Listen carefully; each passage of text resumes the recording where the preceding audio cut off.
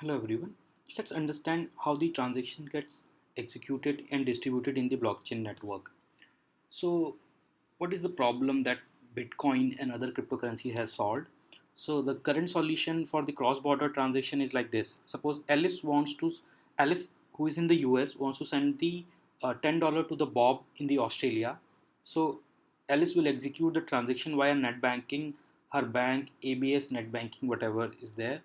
So the bank will take 3 to 4 days for the cross-border transaction and settlement to the cross-border bank's account, and then it will take some amount like 5% of the transaction amount or some huge fees.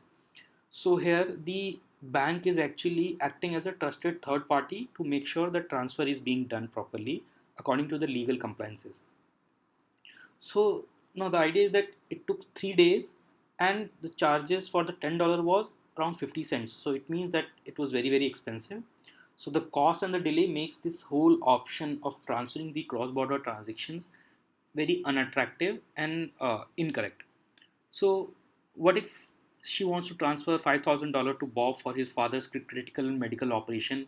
So in that case, this whole system will completely fail because the criticality of the transfer or the instantaneous transfer to the receiver's account is most important part here, and this cannot solve the problem.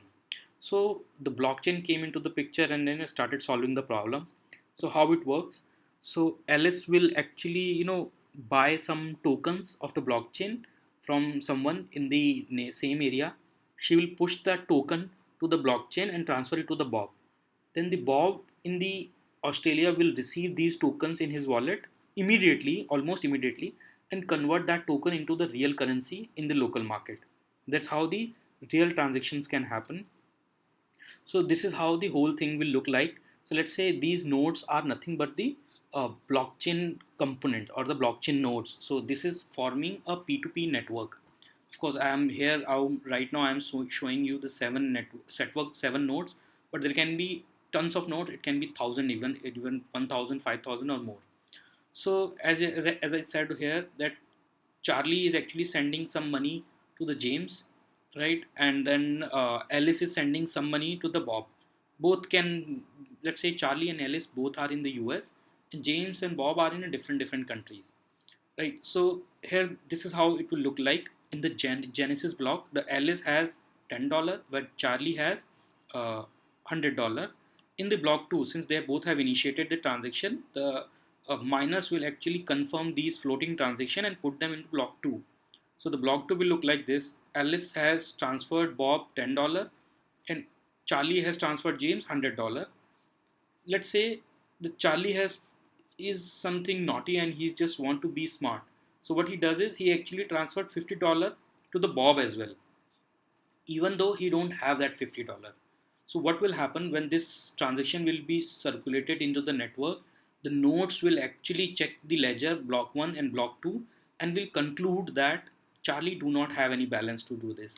Hence, this transaction will be rejected since this is in block 3, which has the only transaction of this. This whole block will be rejected even though this block has been added by the Charlie. So now the blockchain will add this block 3 as a new block where the James has transferred $50 to Bob, which is of course the genuine transaction. Hence, this whole transaction will connect. So this is how it works step by step by adding a new block. Remember, the key component in the all blockchains are the miners who are actually adding the block by verifying the transactions at each and individual level. That's the key. Okay, so that's about how the transaction get executed. If you have any questions or query, please ask. Thank you.